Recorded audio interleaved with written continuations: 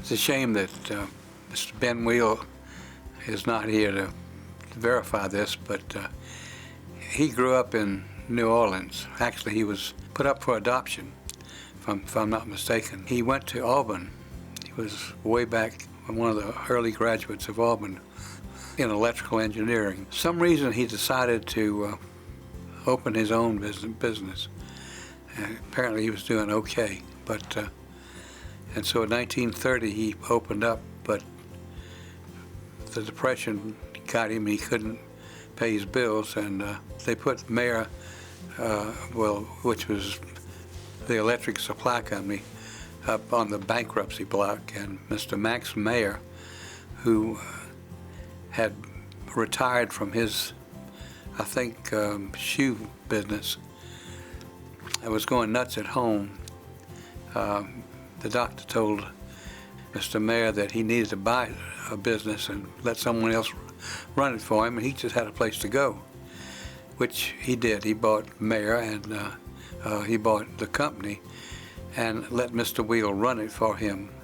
After a couple of years, he had no heir apparent, so he let Mr. Wheel buy it back from him, and that's how the name Mayer Electric, and it's been that way ever since.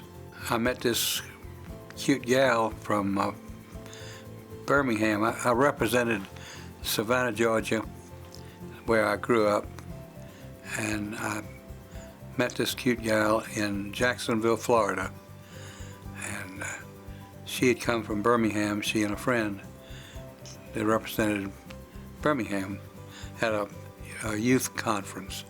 You know, I would hitchhike from Athens, Georgia, from the university over to Birmingham, and then ride down to New Orleans to visit where she was going to school at Newcomb, and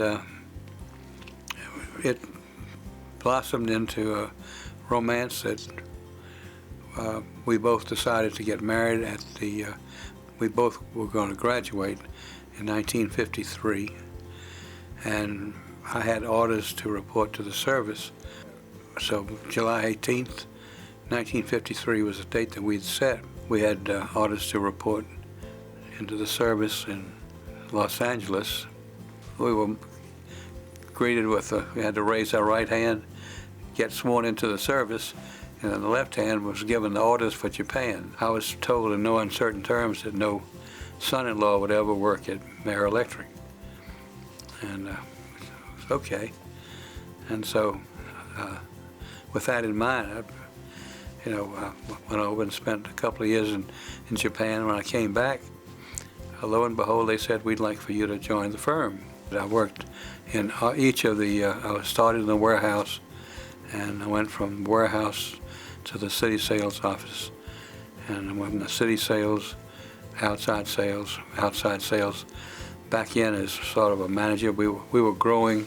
I kept wanting to expand, and the Montgomery operation became available. If we had been able to stand still, then Leonard would have been happy to do just what he was doing, day after day.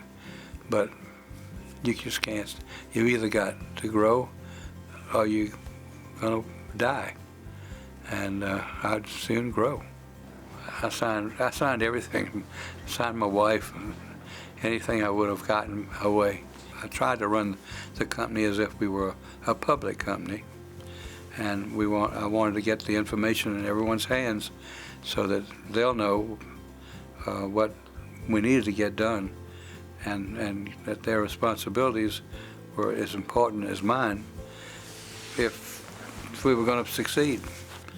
I guess the golden rule rules, and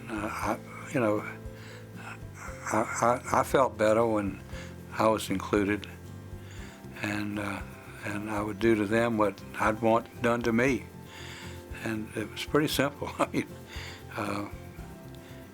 you want to know why I can't give you as much as you want or need, is because it's just not there. Now, if you help me get to that point, then I'll help you. I mean, it's a pretty simple concept, change is the only constant. And you know, if you can't, you can either be comfortable or uncomfortable, but you're going to, you know, you're going to change, and you can be a part of it or apart from it. And so it's up to the individual how they want to be a part of it. I had no concept of being a billion-dollar company. I still can't. I mean, too many zeros. And it's still basically a small company to me. I mean, it's people deal with people, and even though there's a lot of sophistication, and we're trying to keep up with all that sophistication, they still deal with people.